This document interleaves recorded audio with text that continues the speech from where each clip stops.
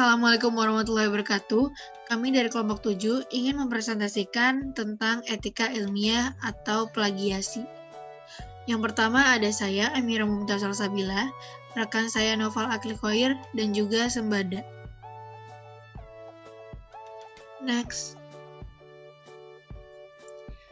Yang pertama ada etika penulis. Etika penulis atau karya tulis ilmiah merupakan seperangkat norma atau kaidah yang harus diperhatikan oleh penulis karya ilmiah. Norma ini berkaitan dengan pengutipan dan perujukan perizinan terhadap bahan yang digunakan dan penyebutan sumber data atau informasi. Menulis memerlukan etika karena tulisan merupakan media untuk mengkomunikasikan gagasan kepada orang lain.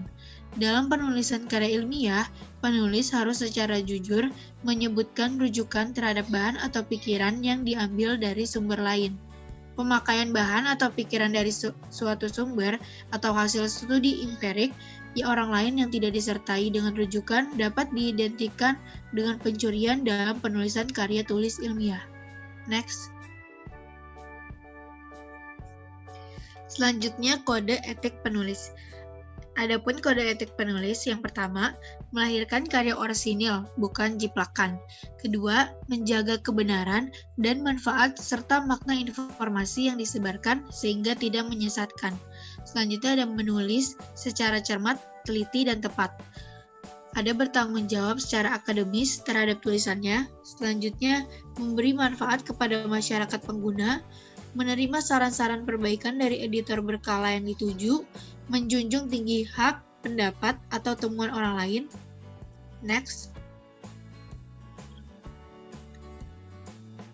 Selanjutnya ada pelanggaran ilmiah. Yang pertama ada falsifikasi, ialah data atau hasil penelitian dipalsu dengan mengubah atau melaporkan secara salah, termasuk membuang data yang bertentangan secara sengaja untuk mengubah hasil. Pemalsuan juga meliputi manipulasi bahan penelitian, peralatan, atau proses. Selanjutnya ada fabrikasi, yaitu data atau hasil penelitian yang dikarang atau dibuat-buat dan dicatat dan atau diumumkan tanpa pembuktian bahwa peneliti yang bersangkutan telah melakukan proses penelitian. Disinilah pentingnya bagi setiap peneliti membuat catatan atau logbook secara cermat sebagai bukti tidak melakukan fabrikasi. Selanjutnya akan dipresentasikan oleh rekan saya Noval Akli.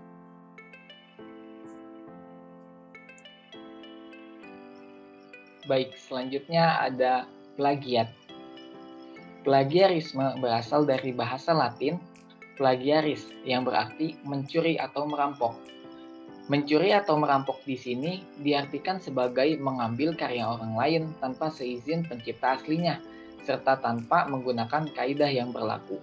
Berdasarkan pengertian kata tersebut, maka plagiat dalam penulisan makalah ilmiah mengandung unsur penganiayaan intelektual, karena terjadi pengambilan dengan cara paksa, kata-kata atau gagasan tanpa seizin pemiliknya.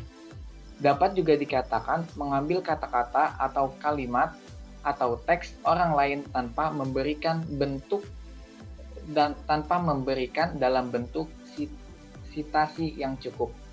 Dalam menulis karya ilmiah, rujuk-merujuk dan kutip-mengutip merupakan kegiatan yang tidak dapat dihindari.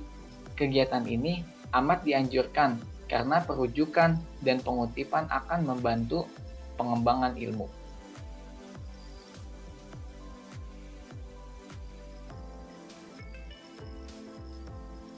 Dalam menggunakan bahan dari suatu sumber, misalnya instrumen, bagan, gambar, dan tabel, penulis wajib meminta izin kepada pemilik bahan tersebut. Permintaan izin dilakukan secara tertulis. Jika pemilik bahan tidak dapat dijangkau, penulis harus menyebutkan sumbernya dengan menjelaskan apakah bahan tersebut diambil secara utuh, diambil sebagian, dimodifikasi, atau dikembangkan. Namun, sumber data dan informasi, terutama dalam penilaian kualitatif, tidak boleh dicantumkan apabila pencantuman nama tersebut dapat merugikan sumber data atau informan. Sebagai gantinya, nama sumber data atau informan dinyatakan dalam bentuk kode atau nama samaran. Selanjutnya, plagiator. Plagiator adalah orang perseorangan atau kelompok orang pelaku plagiat. Masing-masing bertindak untuk diri sendiri, untuk kelompok dan atas nama suatu badan. Plagiat tidak hanya terbatas pada pencurian gagasan atau hasil karya orang lain di bidang ilmiah saja, namun juga berlaku di bidang lainnya seperti dunia seni, budaya, dan lainnya. Bentuknya dapat beraneka macam, tidak terbatas hanya pada tulisan. Selanjutnya akan dijelaskan oleh rekan saya, Sembada.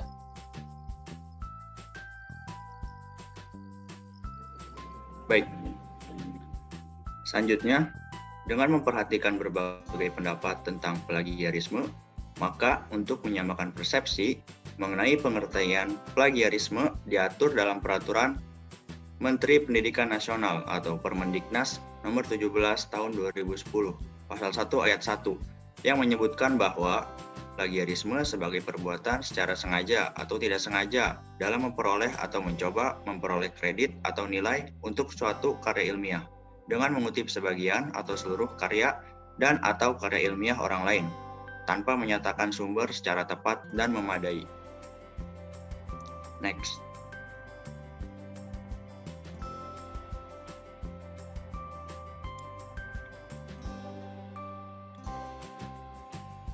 Maka, berdasarkan Permendiknas nomor 17 tahun 2010, plagiat meliputi tetapi tidak terbatas pada yang pertama, mengacu dan atau mengutip istilah, kata-kata dan atau kalimat, data dan atau informasi dari suatu sumber tanpa menyebutkan sumber dalam catatan kutipan dan atau tanpa menyatakan sumber secara memadai.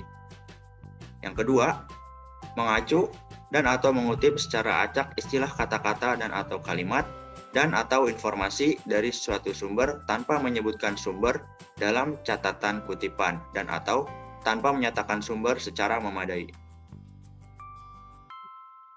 Yang ketiga, menggunakan sumber gagasan, pendapat,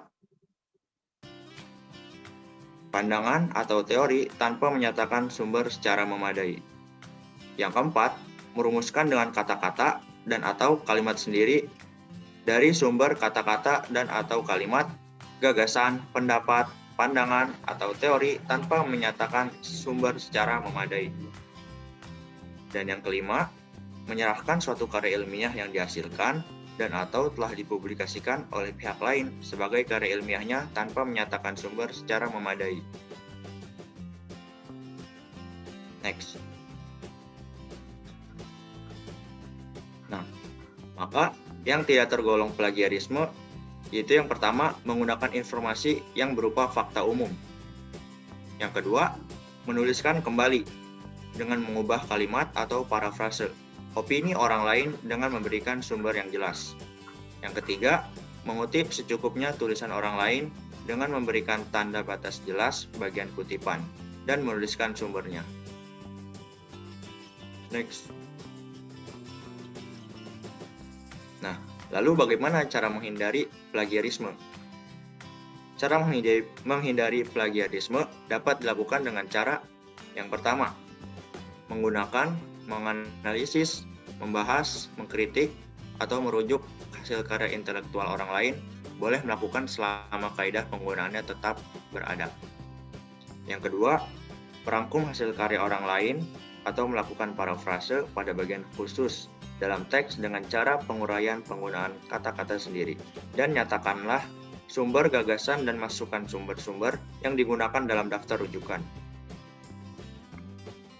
Yang ketiga, menggunakan kata-kata asli penulis. Juga diperkenankan dengan cara memberi tanda kutip pada kalimat-kalimat yang digunakan selain menyebut sumber gagasannya.